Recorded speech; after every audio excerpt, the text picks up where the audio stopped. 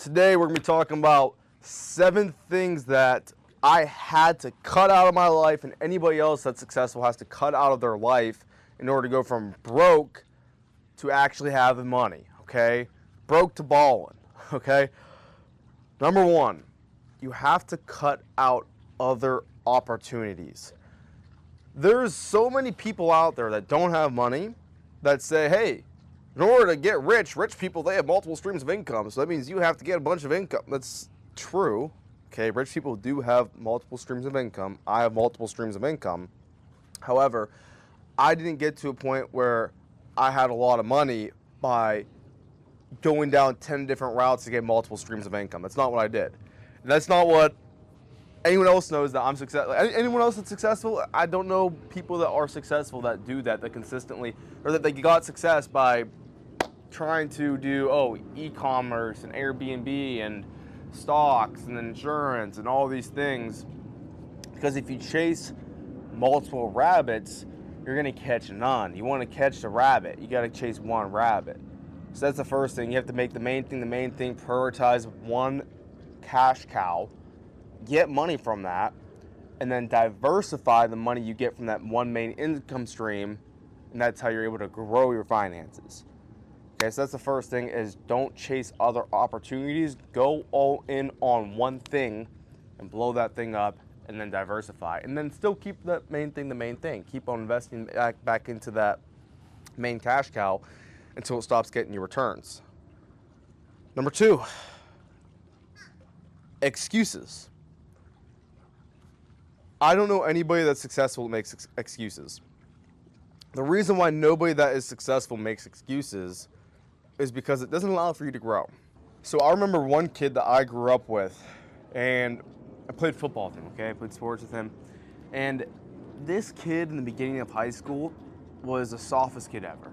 Like, made excuses, didn't hit hard, didn't practice hard, didn't do anything with any sort of heart whatsoever, and he always got ran over in practices. Just wasn't someone that was talented. It wasn't someone that was getting better either. Just consistently got beat up on in practice. You probably are thinking of someone that's similar in your upbringing that you're thinking of, like, oh yeah, I remember Timmy, right? Well, it turns out Timmy ended up playing all 4 years at a Division I school, because what happened was Timmy, around, I'd say probably his junior year, so my junior year as well, Timmy turned into a dog. Timmy, it was like night and day. It was like over the summer, Timmy turned into a completely different person. What happened was Timmy started taking accountability and started losing all the excuses that he was coming up with and pointing the finger to himself, and allowed for him to grow in whatever areas he was struggling with. So Timmy learned how to sprint a lot faster. Timmy learned how to hit a lot harder. Timmy learned how to catch a lot better. Timmy became a dog, and he got multiple Division I offers because of that. So if you want to be able to upgrade and grow, you can't have excuses in the mix of that. You need to have either excuses or success, but you can't have both. So point the finger to yourself.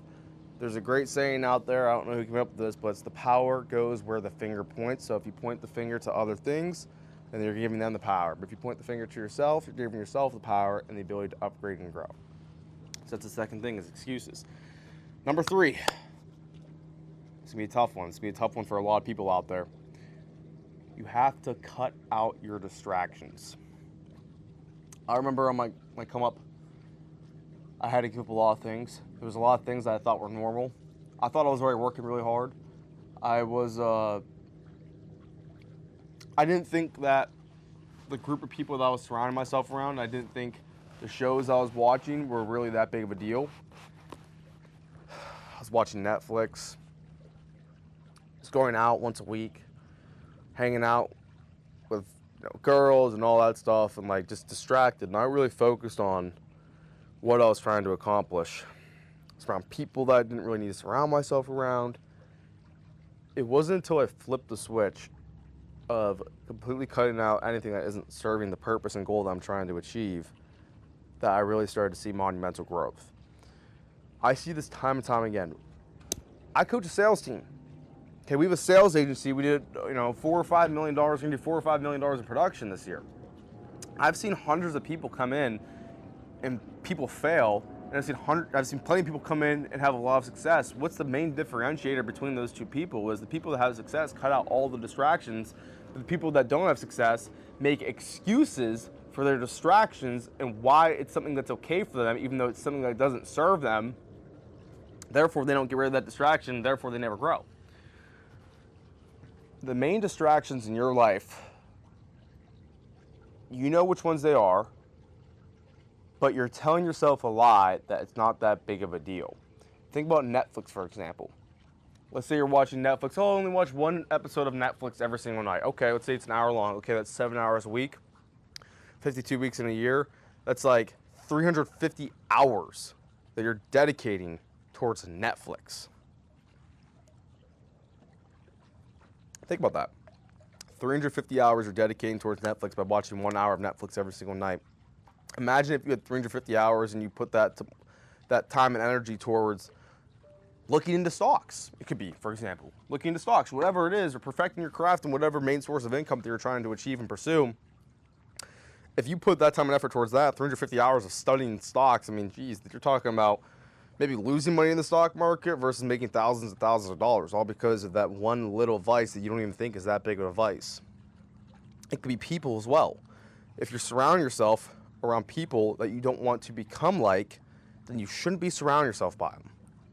Oh, yeah, but he's my buddy Joe. Yeah, we go out on the weekends. He's funny when he drinks. He knows all these girls. And no, Joe, he knows all the girls that go out. You don't want to be around the girls that go out all the time anyways. They don't want you, bro. It's okay. And you also don't want to be around Joe because Joe's a loser. He makes people laugh. Cool. Is he a comedian? No. He's not getting paid for it. He's wasting your time and your energy and your money. Oh, yeah, but, Steve, me and Steve, we play Madden. Steve Madden. we play Madden together. Okay, cool, bro. Is he like a professional streamer getting paid from it, or is he just playing Madden? You need to surround yourself with people that you want to become like. You're an average of the 5 people you surround yourself by, and you know that. That's not uncommon information. You know that at home, that you are an average of the 5 people you surround yourself by, but you continue to surround yourself around idiots, and you wonder why you're not getting stuff done. You need to cut those people off. You need an active decision to cut off the distractions that aren't serving you and serving your purpose. Number 4, emotional, impulsive decisions. Emotional and impulsive decisions. I hesitate to even call them decisions because usually if it's based off emotion, it's not even really a decision, it's more of a response. So I'd say emotional responses.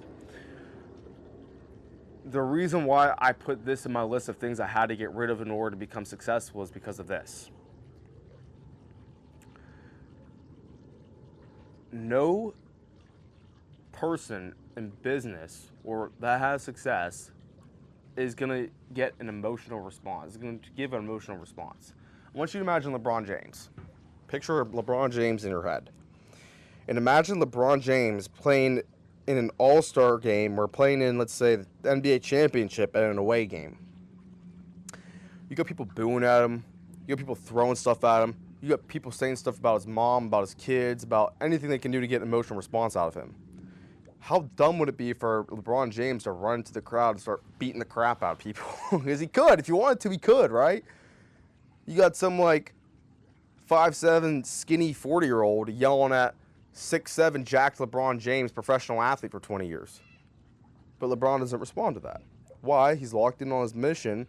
You're not gonna evoke an emotional response out of him because energy can't be created or destroyed. Energy has to be directed. So if all of your energy is directed at things that are serving you in your mission, and you're not seeping energy out and losing energy on things that aren't serving your mission.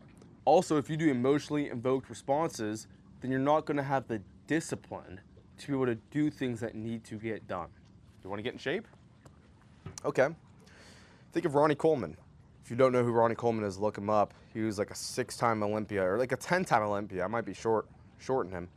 10-time Olympia, like 10 times in a row. Huge, right? Huge, huge, huge. Do you think Ronnie Coleman, or anybody that achieved success at the highest level, woke up in the morning, let's say Ronnie Coleman is an easy example. Do you think he woke up in the morning and went, don't feel like going to the gym today? I think I'm going to skip the gym. No. Do you feel like he felt like that? Yes. Do you feel like he actually did that? No. Whenever he woke up in the morning, he went, okay, boom, shut brain off and execute the thing that I said I'm going to execute. That's what emotionally controlling your responses does. It allows for you to execute the things that you said you were going to execute without seeping energy out to unnecessary things, okay? So that's point number 4. Point number 5, I had to cut out complaining in order to become successful.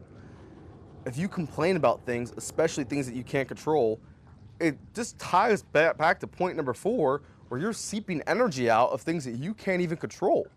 There's no good thing that comes out of complaining. No, it's not like you complain and God goes, okay, yes, you're complaining, let me fix the problem for you. Successful people are good at identifying problems, but they're really good at getting solutions. Broke people are really good at finding out about problems and really good at armoring themselves with that problem. And that's why they won't be able to have success. So you already identified the problem, great. Now get good at solving the problem instead of talking about it and complaining about it. Okay, so that's point number 5. Point number 6, I had to cut out ego in order to become successful. If you're sitting there at home thinking, Marshall, how can you say that you cut out ego whenever I see the things that you post and you have this Ferrari and you have a Rolls Royce and you have this, that, and the other, you're dumb. Here's why. You have the wrong definition of ego. Ego is not being confident and showing off the things that you're capable of. That's just confidence. See, there's a fine line between ego and confidence. And you need to know this because you need to have confidence in order to be successful. Confidence, let's say there's a box. This box is your ability. If you perfectly fill that box with what you say you're capable of doing, and you perfectly fill that box, you are perfectly on that line of confidence and ego, and that's where you need to be. However, as soon as you overstep that boundary and that box pops because you're now saying you can do more things than what you're actually capable of, that is ego. You see this all the time with business. People come into business, or people just whatever the heck you're doing in life. If you're trying to get better at something, there's people out there that are better than you at it, unless you, 99.99999% of the time there's somebody out there that's better than you what you're currently doing right now. I don't care if you're in e-commerce, I don't care if you're in insurance, I don't care if you're just an entrepreneur, I don't care if you're playing a sport, I don't care what you're doing right now. There is somebody that is better than you right now at the thing that you are doing. Why are you not copying everything that they are doing and implementing everything they are doing?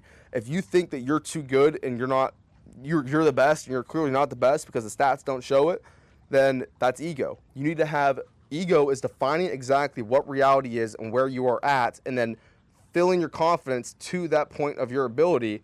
Fill the confidence to that point of your ability based on stats, based on reality. Recognize where you're at, and then look at people that are above you, and then just copy exactly what they're doing. So really, ego comes down to defining reality and not overstepping whatever your current boundaries are. That is the balance between confidence and ego. You have to get rid of ego. You have to have death to ego to be able to submit yourself to people that are above you and have humility, so that way you're able to learn from them, because that's truly the only way to grow. Okay, so number 6, ego. Number 7, last one. Huge thing you have to cut out if you have any chance of having success. You have to learn how to stop thinking small. You have to stop playing small. Whatever your dreams are, whatever you're trying to accomplish in life, you have to 10x that. Whatever you're currently thinking, you have to think 10 times bigger than what you're currently thinking. If you're stuck on, here's the thing, I believe in God. God has no limits. There's people out there that pray that they can get a loan paid off in 6 years. Oh, well, please God, I want to have my loan paid off in 6 years and 7 years. And you think that's a lot of time to be able to do that. It's like, have you lost your mind? Do you know who you're praying to? You're praying to the God of the universe. He's created the universe in 6 days. You created the universe in 6 days. You think you can't pay off your loan in 6 years? You have to expand your thinking. Your thinking is the limit to your capability. You won't achieve anything that you're not able to think of. So you have to think of things that are way, way, way, way, way greater than what your current scope is, because that is your capacity to whatever your achievement is. So you have to think way bigger. I always knew that I was going to be successful. And I'm currently doing really, really well. We're sitting down at a $5 million villa in the middle of Miami, Florida, with top producers on the sales team that have all done over $50,000, some of them $100,000 in a month in personal production that I was able to teach. And I'm extremely grateful for it. We're doing great right now, but I have visions of 100x of what we're doing at least right now, because I know that if I think it, if your mind can conceive it, and you truly, truly believe in it, then you can achieve it. But if you don't think of the thought, then there's no way you can actually even achieve it. You can't achieve the thing if you don't think of it. So why the hell are you playing small, thinking small? You wonder why you get small results. Everything starts with the mind. So whatever your thoughts are, those are going to turn into beliefs. Those are going to turn into words. Words turn into actions. Actions turn into habits. Your habits dictate your future. If you start thinking big, and you start thinking big, start speaking big, start acting big, your habits are habits of highly successful people. They're atomic habits. Then guess what? Your situation's going to change, and you're going to have a great situation. But you have to completely cut out any scarcity mindset you have and think in abundance and think way larger than what you're currently thinking right now. And you have to consistently do that even whenever you're faced with adversity. You have to consistently keep doing that and hold that vision that you have. Hold it tight like you're running a gauntlet. You got a football in your hand. That's how you're going to have success, is by thinking way larger than the scope you already have. There's a great book out there. It's The Magic of Thinking Big. I forgot the name of the author. I would recommend reading that if you need some help thinking big. It applies to more things than what you're currently imagining. It applies to multiple scopes of life.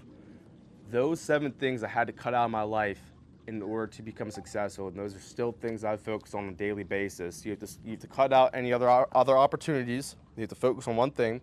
You have to completely annihilate any excuses you have. You can't have excuses and success at the same time. You have to cut out distracting people and activities that don't serve you.